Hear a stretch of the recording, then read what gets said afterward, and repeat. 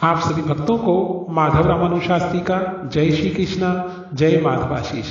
बहुत ही आनंद की अनुभूति हुई कि आप सभी ने हमारे सुंदरकांड के हिंदी रूपांतरण की इस छोटे से प्रयास की बहुत सराहना की और आपने पसंद किया। आइए दो दोहे के उपरांत दूसरे भाग में हम आगे की ओर बढ़ते हैं। राम काजु सब करी हूँ तुम बल बुद्धि निधान, आशीष दे गई सो हर्षि चले हनुमान। लखन सिया राम जय जय राम, रमापति राम जय जय राम। निशिचर एक सिंधु महुरही, करी माया नभ के खग गई। जीव जंतु जे गगन उड़ाई, जल विलो की दिन के परछाई। समुद्र में एक राक्षसी रहा करती थी। उस राक्षसी का एक नियम था कि वह आकाश में उड़ने वाले पक्षियों की परछाई को पकड़ लिया करती थी, जिसके कारण से वे पक्षी वहीं पर मर करके जल में गिर जाया करते और वह उन पक्षियों को खा जाया करती थी। इसी प्रकार से आज हनुमान जी को भी सहस्त्र योजन सागर को पार करने के लिए विचरण करते हुए देखा तो पक्षी की भांति मान करके उसकी परछाई को पकड़ने का प्रयास किया। और जैसे परछाई को पकड़ने लगी, श्री बालाजी महाराज क्रोधातुर हो गए और गाई चाह सक सो न उड़ाई, एहि विधि सदा गगन चर खाई। सोई छल हनुमान कह कीन्हा, तासु कपटु कपि तुरत ही चिन्हा। भगवान ने प्रसन्नचित होकर के उस राक्षसी की ओर देखा और जैसे ही छल करके वह हनुमान जी को बार बार कपट करते हुए पकड़ने का प्रयास करने लगी, हनुमान जी महाराज ने हंसते हुए एक मुष्टिका का प्रहार किया। ताहि मारि मारुत सुतवीरा, बारिधि पार गयौ मति धीरा। तहाँ जाई देखी बन शोभा, गुंजत चंचरी कमधुलोभा। भगवान ने एक मुष्टिका का प्रहार करके उस राक्षसी का वहीं पर उद्धार कर दिया। पवन पुत्र धीर बुद्धि वाले वीर श्री हनुमान जी उसको मारकर समुद्र को पार करने लगे और जैसे ही समुद्र को पार किया, वहां जाकर उन्होंने वन की शोभा देखना प्रारंभ किया। पुष्प रस के लोभ से भंवरे गुंजायमान कर रहे हैं और वहां पर वाटिका में जो रंग बिरंगे सुंदर सुंदर पुष्प लगे हुए हैं, भंवरे उसके पराग को ग्रहण करने के लिए गुंजायमान हो रहे हैं। नाना तनु फल फूल सुहाए, खग मृग वृंद देखी मन भाए। शैल विशाल देखी एक आगे, तापर धाई चढ़े उभय त्यागे। अनेक प्रकार के वृक्ष फल फूलों से शोभित हो रहे हैं। पक्षी और पशुओं के समूह को देखकर तो मन बहुत ही प्रसन्नचित्त हो रहा है श्री हनुमान जी महाराज का। सामने एक विशाल पर्वत देखकर हनुमान जी प्रसन्नचित्त होकर के जोर की छलांग लगाते हैं और जय श्री राम बोल करके उस पर्वत शिखा पर खड़े हो जाते हैं। हनुमान जी महाराज ने बाएं हाथ में सोटा लिया और उस सोटे को उल्टा करके भूमि पर टिका दिया और दाएं हाथ को अपनी कमर पर विराजमान करते हुए और देखने लगे। उमान कछु कपि के अधिकाई, प्रभु प्रताप जो काल ही खाई। गिरि पर चढ़ी लंका तेहि देखी, कहीं न जाई अति दुर्ग विशेषी। लंका की शोभा को निहारने लगे श्री हनुमान जी महाराज। वानर हनुमान जी की कुछ बढ़ाई करते नहीं बनता तुलसीदास जी महाराज से। यह प्रभु का प्रताप है जो काल को भी खा जाता है। पर्वत पर चढ़कर उन्होंने लंका देखी और बहुत ही बड़ा किला, कुछ कहा नहीं जा सकता, इतना बड़ा किला वहां दिखाई दे रहा है। अति उतंग जल निधि चहुपासा, कनक कोट कर परम प्रकाशा। वह अत्यंत ऊंचा है वहां का किला, उसके चारों ओर परकोटे बने हुए हैं और समुद्र से घिरा हुआ है। सोने के परकोटे चारों दीवारी का परम प्रकाश चारों ओर फैल रहा है। हे कनक कोट विचित्र मणिकृत सुंदरायतना घना चौहट हठ सुभट बीती चारुपुर बहुविधि बना गजबाजी खच्चर निकर पद चल रथ बरूथनी को गने बहुरूप निशिचर जूथ अति बल सेन बरनत नहीं बने। विचित्र मणियों से जड़ा हुआ सोने का एक परकोटा बना हुआ है जिसके अंदर बहुत से सुंदर सुंदर घर बने हुए हैं। लंकापुरी की शोभा निहारते हुए हनुमान जी महाराज वहां का स्वरूप देख करके प्रसन्नचित हो रहे हैं। वहां चौराहे बने हुए हैं, बाजार बने हुए हैं, सुंदर वहां के मार्ग जो है वो भी सोने के बने हुए हैं और गलियां हैं। सुंदर नगर बहुत प्रकार से सजा हुआ है। हाथी घोड़े खच्चरों से समूह तथा पैदल और रथों के समूहों को कौन गिन सकता है। अनेक रूपों के राक्षसों के दल हैं। उनकी अत्यंत बलवती सेना का वर्णन किया नहीं जा सकता। बन बाग उपवन पाटिका सरे कूप बापी सोहई नर नाग सुर गंधर्व कन्या रूप मुनि मन मोहई। हे हे कहुमाल देह विशाल शैल समान अति बल गरजई नाना अखारन बिरहि बहुविधि एक एकन तरजई एक एकन तरजई। वहां के वन बाग उपवन अर्थात वहां की वाटिका बगीचे फुलवारी तालाब कुएं और बावड़ियां ये सभी शोभायमान हो रही है। मनुष्य नाग देवताओं और गंधर्वों की कन्याएं अपने सौंदर्य से मुनियों के भी मनों को मोह लेती हैं। कहीं पर्वत के समान विशाल शरीर वाले बड़े ही बलवान मल्ल पहलवान गरज रहे हैं और वे अनेकों अखाड़ों में बहुत प्रकार से भिड़ते और एक दूसरे को ललकारते हुए से दिखाई दे रहे हैं। करि जतन भट कोटिन बिकट तन नगर चहुदिसी रक्षहि कहुमान महिष मानुष धेनु खरज खल निसाचर भचहि। एहि लागी तुलसी दास इनकी कथा कछु एक है कहीं रघुवीर सर तीरथ शरीरनि त्यागी गति पै हई सही त्यागी गति पै हई सही। भयंकर शरीर वाले करोड़ों योद्धा यत्न करके बड़ी सावधानी के साथ नगर के चारों ओर पहरा दे रहे हैं, रखवाली कर रहे हैं। कहीं दुष्ट राक्षस भैंसों मनुष्यों और गायों गधों और बकरों को खा रहे हैं।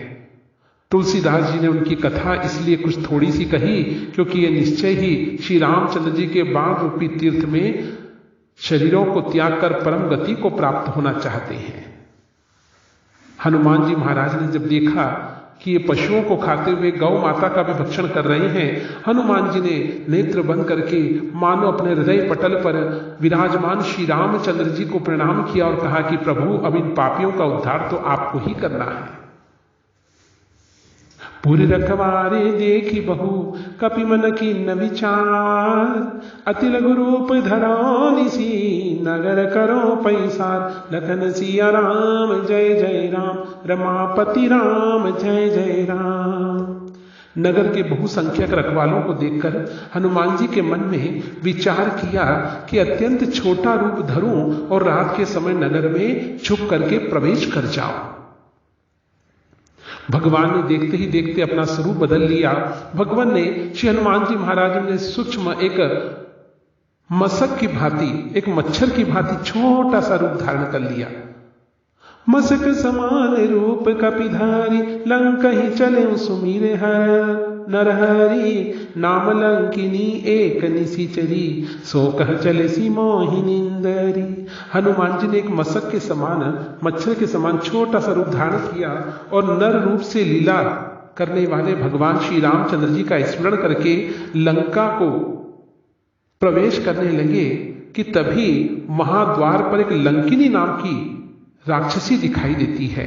वह बोली, मेरा निरादर करके मुझसे बिना अनुमति के तू कहां जा रहा है। हनुमान जी महाराज उनकी वाणी को सुनकर के वहीं पर खड़े हो जाते हैं। जाने ही नहीं मरम सठ मोरा, मोरे आहार जहां लगी चोरा, मुठिका एक महाकपि हनी, रुधिर मत धरनी धनमनी।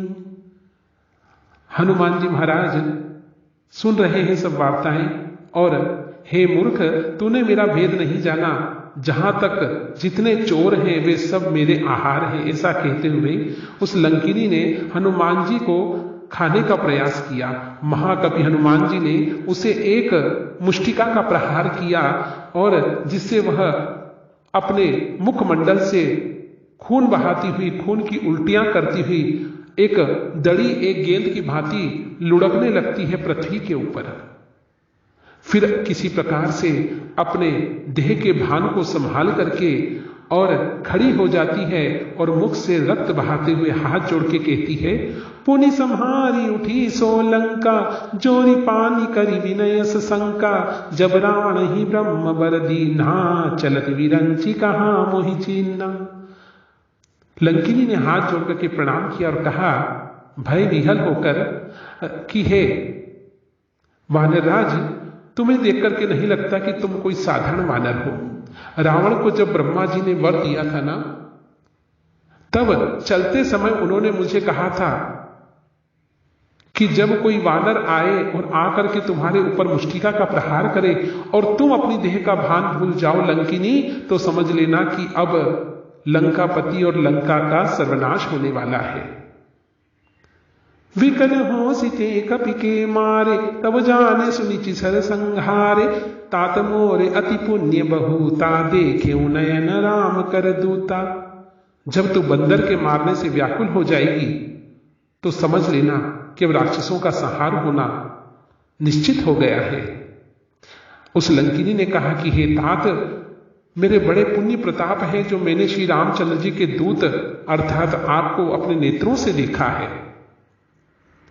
तात स्वर्ग अपवर्ग सुख, धरि अतुला एक अंग, तूलन ताहि सकल मिली, जो सुतल सतलंग। तात स्वर्ग अपवर्ग सुख, धरि अतुला एक अंग, तूलन ताहि सकल मिली, जो सुख लव सतसंग। हे तात, लंकिनी कहती है कि हे वानरराज, स्वर्ग और मोक्ष के सब सुखों को तराजू के एक पलड़े में रखा जाए तो वे भी सब मिलकर उस सुख के बराबर नहीं हो सकते जो लव क्षण मात्र के सत्संग से होता है। आज मैंने तुम्हारे मुख से जो वार्ताएं की हैं, तुम्हें देख करके, तुम्हारे दर्शन करके जो तुमसे वार्ताएं की है, मानो कि सत्संग यहां पर हुआ है। प्रविशि नगर की जय सब काजा, हृदय राखी कौशलपुरी राजा, गरण सुधारी पुकारहि मिताई, गोपद सिंधु अनल शीतलाई। अयोध्यापुरी के राजा श्री रघुनाथ जी को हृदय में रखे हुए नगर में प्रवेश करके सब काम कीजिए। हे हनुमान, उसके लिए विष अमृत हो जाता है, शत्रु मित्र बन जाता है, समुद्र गाय के खुर के बराबर हो जाता है, और अग्नि में शीतलता आ जाती है।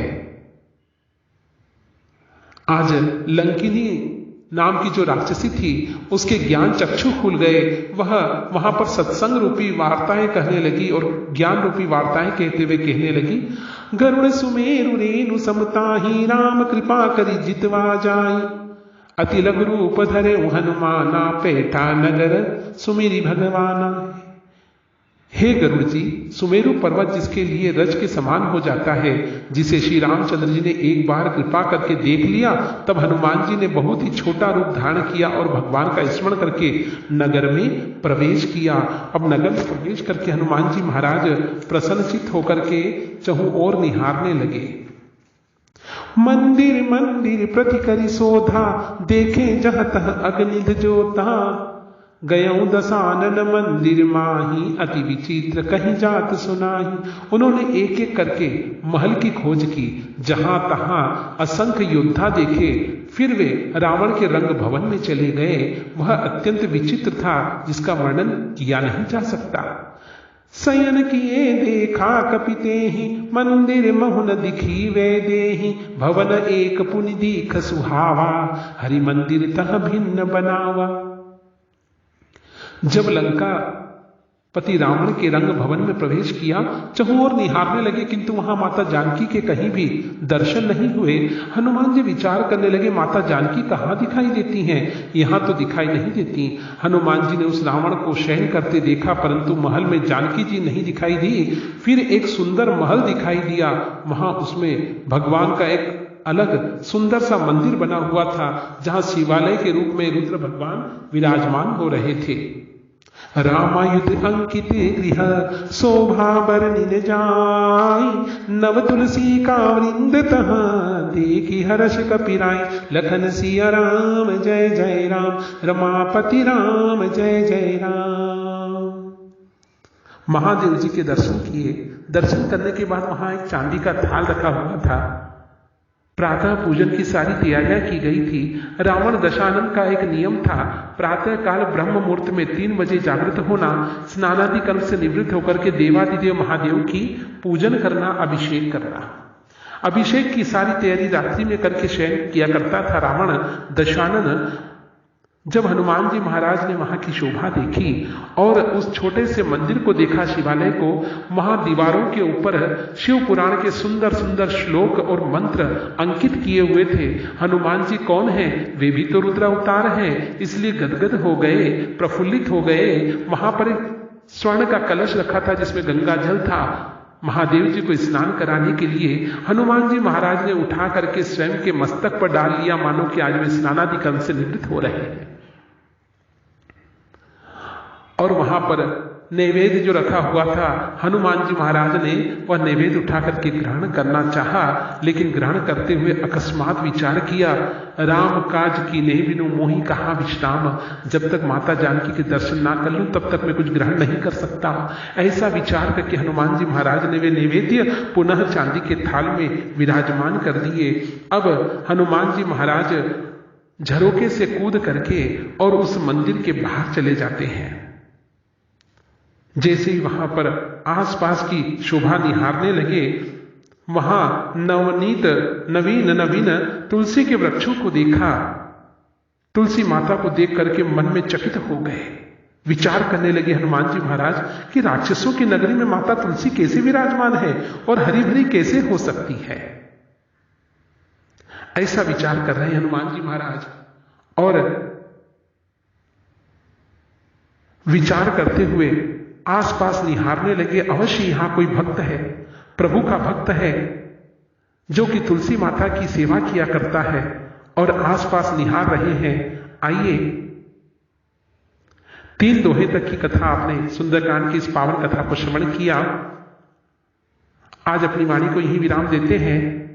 कल तीसरे खंड में आपको आगे के सुंदरकांड के हिंदी रूपांतरण दोहे को सुनाने का प्रयास करेंगे। जय श्री कृष्णा, जय माधवाशीष। आप सभी भक्तों से निवेदन है, ये छोटा सा प्रयास श्री मंशापूर्ण बालाजी महाराज के आशीर्वाद से और प्रभु जी की कृपा से हम करने जा रहे हैं। आप अपने जीवन में से, अपनी दिनचर्या में से कुछ समय निकाल करके इनको अवश्य श्रवण करें और प्रभु की कृपा के पात्र बने। यदि आपको अच्छा लगे तो आप लाइक और शेयर अवश्य करें। जय श्री कृष्णा, जय श्री राम, जय माधवाशीष।